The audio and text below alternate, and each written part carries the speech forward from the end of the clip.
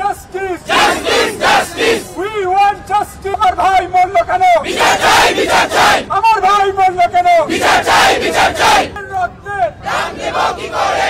মাসুদের রক্তের দাম দেব কি করে? রক্তের দাম দেব কি করে? মাসুদের রক্তের আমার ভাই কবরে।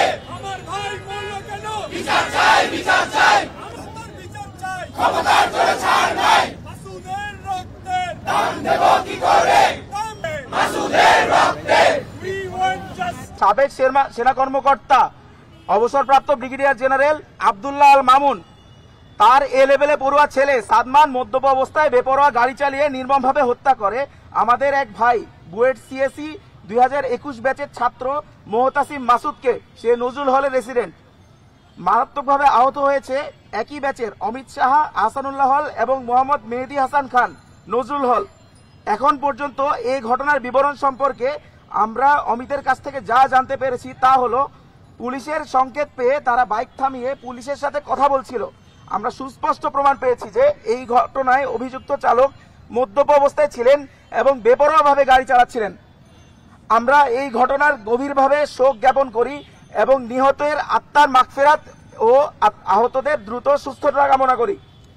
কিন্তু এই আকস্মিক ঘটনার শোকে আমরা যখন হতবিহ্বল, ঠিক তখনই আমরা জানতে পারি যে অভিযুক্ত গাড়ি চালকের পিতা একজন প্রভাবশালী ব্রিগেডিয়ার জেনারেল হওয়ায় তার কারণে আমাদের এক ভাইয়ের যখন প্রাণ দিতে হলো, আমাদের আরো দুই ভাই যখন মারাত্মকভাবে আহত, হাসপাতালের বিছানায় মারাত্মকভাবে যন্ত্রণায় কাতর, তখনই গাড়ি চালকের ক্ষমতাশালী আত্মীয়রা মামলার মোড় ঘোরানো, এমনকি মামলা যাতে না নেওয়া হয় তার ব্যবস্থা করতে ব্যস্ত।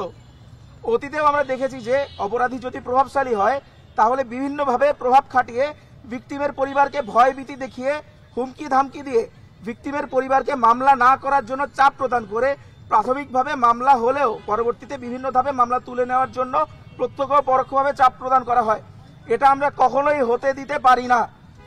শেষ খবর পাওয়া পর্যন্ত হত্যা মামলা লেখার প্রক্রিয়া চলছে। আমরা আমাদের ভাইয়ের হত্যার সুষ্ঠু ও অতিসত্বর বিচার চাই। যে কোনো মূল্যে ক্ষমতার বিপরীতে ন্যায়ের প্রতিষ্ঠা হোক, যে কোনো মূল্যে, সেটাই আমাদের দাবি।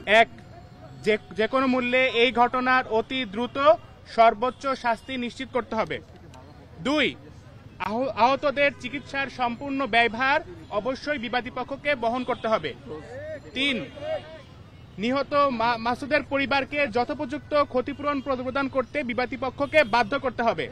4, তদন্ত কার্যক্রমে বাধা প্রদানের চেষ্টা করলে তাদের বিরুদ্ধে অভিযোগ সাপেক্ষে আইনানুগ ব্যবস্থা গ্রহণ করতে হবে। 5, আহতদের স্বাভাবিক জীবনে ফিরে আসার ব্যাপারে বুয়েট কর্তৃপক্ষকে সর্বোচ্চ সহযোগিতার ব্যাপারে আমরা আহ্বান জানাচ্ছি। 6, সড়কে যেন আর কারো প্রাণ না ঝরে নিরাপদ সড়ক আইন বাস্তবায়ন করতে নিশ্চিত করতে সরকারের কাছে আমরা জোর দাবি জানাচ্ছি। আমাদের অহর্নিশের পক্ষ থেকে প্রেস ব্রিফিং এখানে সমাপ্তি ঘোষণা করছি। আমার ভাই মরল কেন?